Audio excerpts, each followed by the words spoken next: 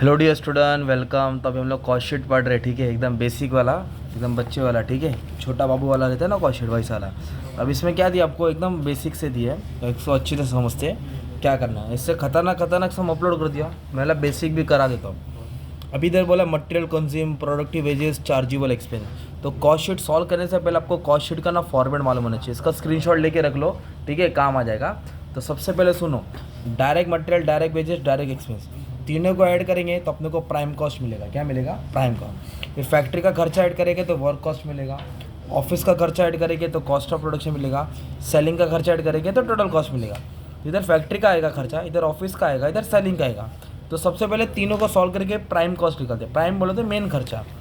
इधर दिया material consume, तो मटेरियल कंज्यूम को ही डायरेक्ट मटेरियल बोलते हैं।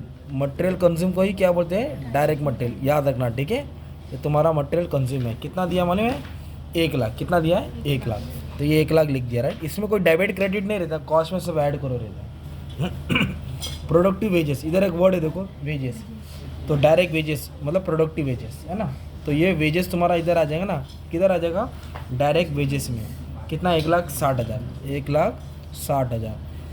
फिर इधर क्या दिया है? Chargeable expense. चार्जेबल एक्सपेंस का मतलब होता है जो फैक्ट्री, मतलब जो चीज़ बनाने के लिए डायरेक्ट लग रहा है, उसको डायरेक्ट एक्सपेंस बोलते हैं, ठीक है। याद रखना, चार्जेबल एक्सपेंस जो भी रहेगा उसको डायरेक्ट एक्सपेंस बोला जाता है, और वो एकदम टॉप में आएगा। तो कितना दिया चार्जेबल एक्सपेंस? That is 10,000। तो अभी हम ये तीनों को ऐड करेंगे तो अपने को प्राइम कॉस्ट मिलेगा। क्या मिलेगा? Prime cost. Direct material, direct wages, direct expense, तीनों को ऐड करेंगे तो प्राइम कॉस्ट आएगा। दैट इज़ 2,70,000, है ना। ईजी हो गया पार्ट। अभी थोड़ा बुक को ऊपर ले लेता हूँ। फिर फैक्ट्री का खर्चा ऐड करेंगे तो वर्क कॉस्ट मिलेगा। फैक्ट्री का खर्चा ऐड करेंगे तो क्या मिलेगा? Work cost. वर्क कॉस्ट मतलब ओवरऑल फैक्ट्री कॉस्ट मिलेगा, ठीक है। तो सबसे पहले क्या करेंगे देखेंगे, इनडायरेक्ट वेजेस। डायरेक्ट बोलो तो इधर आएगा, इनडायरेक्ट बोलो तो फैक्ट्री में आएगा। इनडायरेक्ट बोलो तो कहाँ आएगा? फैक्ट्री में। तो इनडायरेक्ट वेजेस कितना दिया? Indirect wages 20,000। कितना दिया है? 20। अब अंदर लिखो बाहर लिखो, चॉइस तुम्हारा है, बस टोटल अच्छे से करना, ठीक है। ये कॉलम कन्फ्यूज नहीं होना है तुमको। फिर बोला फैक्ट्री सुपरविजन, जो मुकादम होता है, जो वर्कर को नज़र रखता है, मॉनिटर करता है, तो फैक्ट्री सुपरविजन बोलते हैं। तो फैक्ट्री वर्ड आया तो फैक्ट्री का खर्चा, फैक्ट्री का खर्चा बोलो तो ओवर हेड में आ जाएगा फैक्ट्री के। कितना? सुपरविजन 8,000। ये भी इधर हो गया, ईजी हो गया। पावर एंड फ्यूल, ठीक है। तो पावर, फ्यूल, डीजल, ये सब फैक्ट्री में लगता है। तो फैक्ट्री में लगता है बोलो तो फैक्ट्री ओवरहेड। इधर लिखेंगे पावर एंड फ्यूल, जनरेटर, है ना। ऑफिस में तो नहीं लगेगा, ये 8,000 दिया है, ये भी 8,000 दिया। ओवरहेड बोले तो खर्चा होता है। फिर डेप्रिसिएशन ऑफ मशीन बोला है, किसका? मशीन तो फैक्ट्री में रहता है, therefore it is factory overhead. Depreciation on machine.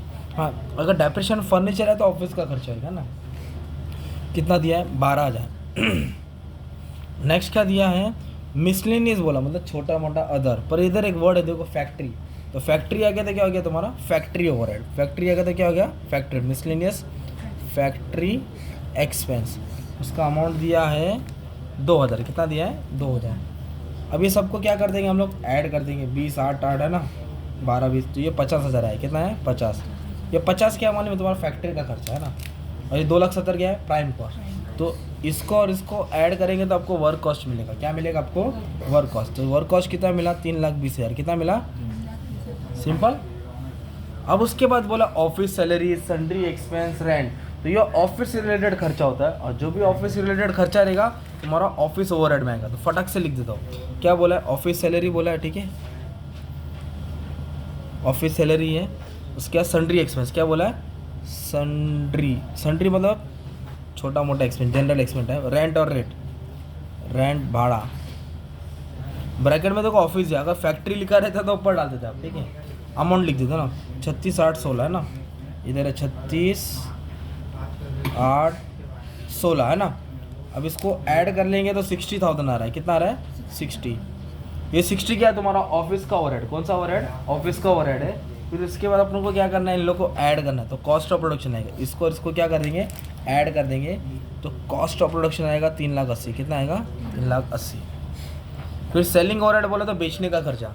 तो बैड डेट बोले तो जो हमने माल बेचा था, कस्टमर ने पैसा नहीं दिया, चूना लगा दिया, तो बेचा तभी तो चूना लगा। कैरेज आप जो टेम्पो का भाड़ा शोरूम में लेके आ रहे। ट्रैवलिंग बोले तो जो सेल्समैन को दे रहे, ये सब सेलिंग रिलेटेड खर्चा है ना। इधर लिखेंगे कैरेज आउटवर्ड, क्या है? टेम्पो का भाड़ा दिया। बैड डेट्स बोले तो जो पैसा लेके भाग गया। ट्रैवलिंग एक्सपेंस क्या बढ़ा है?